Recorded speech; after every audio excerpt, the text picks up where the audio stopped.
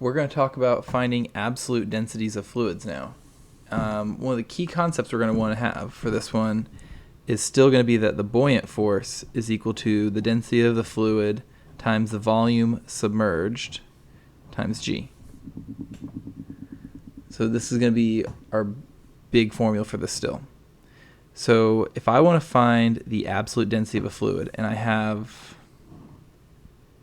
an object floating in that fluid, we'll do floating first, and just a little bit of it is poking out, right? Just like we did before. So this down here is volume submerged, which we're going to call VS, and this is unsubmerged up here. So what I know that then is if I know the mass of the object, so I should weigh the object or something like that. So we need to find mass and volume of object. And you can use like a scale or a triple beam balance or digital scale, or the spring scale we're going to use for the later would work too. So we'll say spring scale, spring or digital scale is probably the best.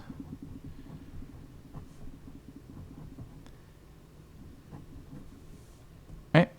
And then you also want to find the volume of the object. How do you find the volume of an object? The easiest way is to get that's an N, there we go, is to get a graduated cylinder or a beaker with, markings on the side that show, volume measurements. And then to submerge the object in that beaker and to measure the change in the volume of that the fluid, right? So you take a graduated cylinder and then you put the object in there and you submerge it completely. So if it's an object like this that floats, you will either have to find a way to submerge it, like just push it down a little bit with your finger and say your finger's experimental error, or just try and get it right under the surface. Or you could attach a weight to it and then to pull it down, and then you could then measure the volume of the weight separately. All right, so you're going to want a graduated cylinder or beaker or something like that.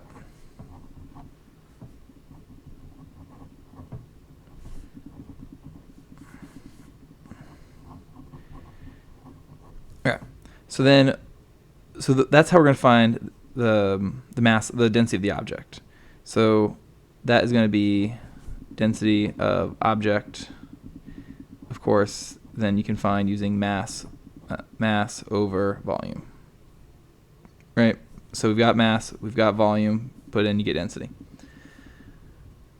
So now, how do we get the density of the fluid? Well, if it's floating, like we said this one is, let's go ahead and say for floating.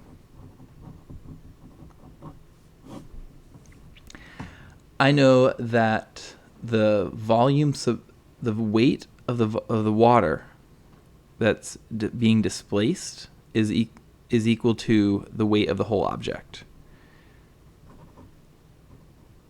I'll say weight displaced is what I'll call it. That's weight of the water displaced is equal to weight of object, right?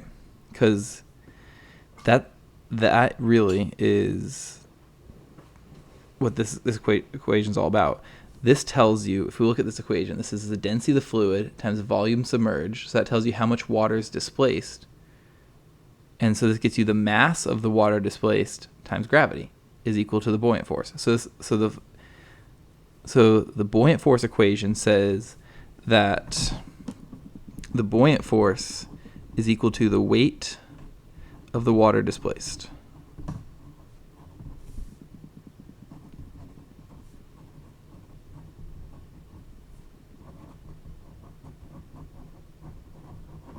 Okay.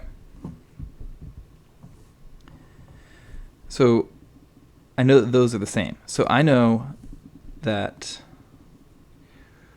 rho fluid VSG is going to be this side, because that's going to be the weight of the water displaced, volume of the water displaced, weight of the fluid is equal to the, well, I could say mg on this side, right? Yeah, I can just say mg on this side because I don't really need its particulars for its density. Because what I can do is cancel the g's, and remember we're looking for rho f. So I can say rho f then is equal to mass of the object over the volume submerged, right? Or if I wanted to be a little more particular and a little fancier with it, do a little more, I could say this is equal to rho object times the total volume of the object, let's say total, over Vs, right?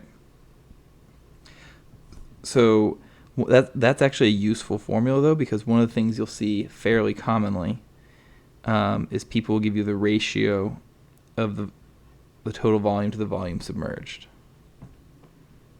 So you'll get, or another way we can think of it is the density of the fluid over the density of the object. This ratio is equal to the volume total over the volume submerged. And of course, we could flip this if you wanted to also.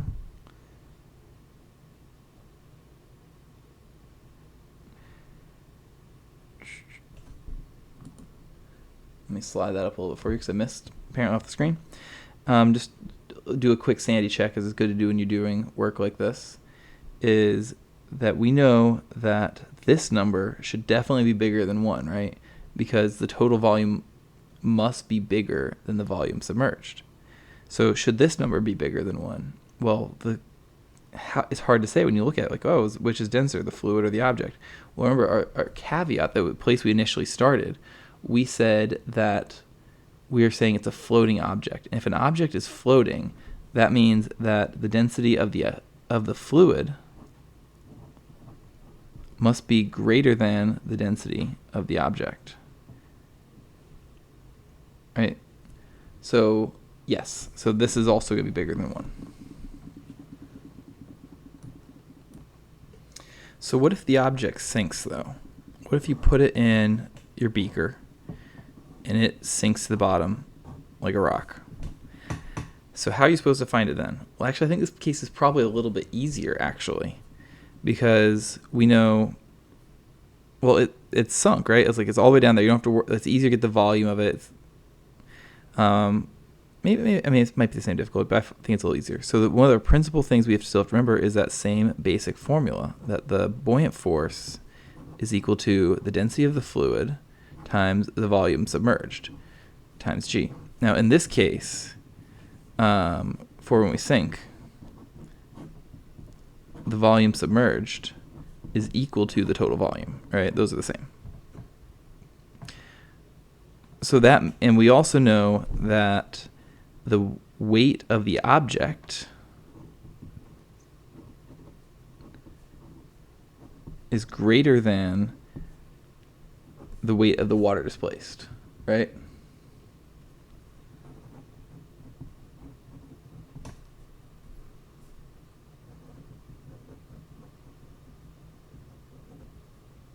Can't fit on there. Close enough. So, and we also are making the assumption, since it's sinking, well, I guess it's not even an assumption, it's fact, that the density of the fluid is less than the density of the object. Okay, so those are things we know because it sank. So I know then that if I draw, what happens if I draw a free body diagram of this? That's going to be an important thing to consider. So let me get my red pen out so it can stand out a little bit. We have our weight of the object. We have a buoyant force acting up.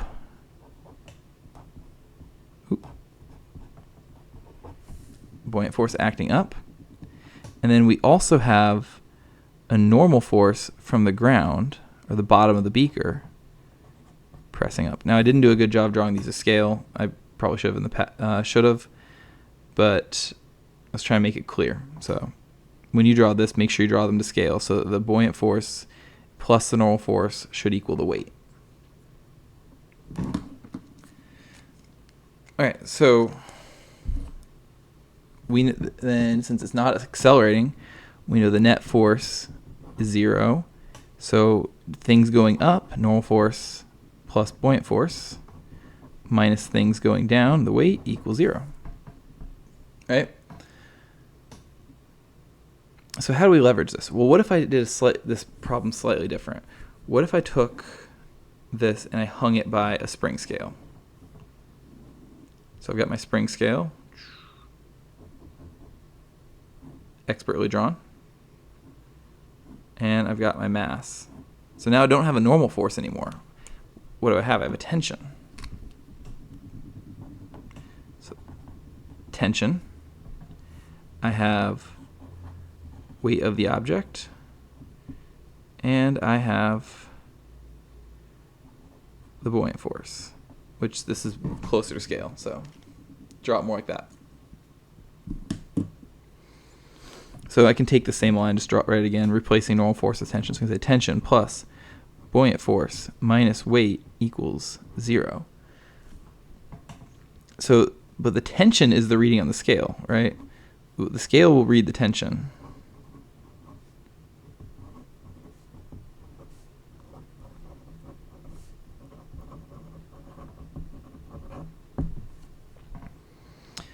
So I can read this value right off the scale, and I know this value because I can just pull the mass out of the water and then weigh it with the same scale. So I know both of those values. So what that tells me then is I know that the buoyant force is equal to the weight minus the tension, just rearranging. So then I also know that weight minus tension is equal to rho fluid Vg. So I can measure the V like we talked about earlier, submerging it in a beaker and seeing how the water level changes. G is always 10, and we're looking for rho fluid. So I know this, I know this, I know this, and I know that. I know all those things except the density, so let's just solve for that. So I'll say weight minus tension, which once again is your scale reading, divided by the total volume of the object times G will get you the density of your fluid. So to me, that one's a little bit easier. Anyways, I think that's all for this video, guys, and I'll see you in the next one.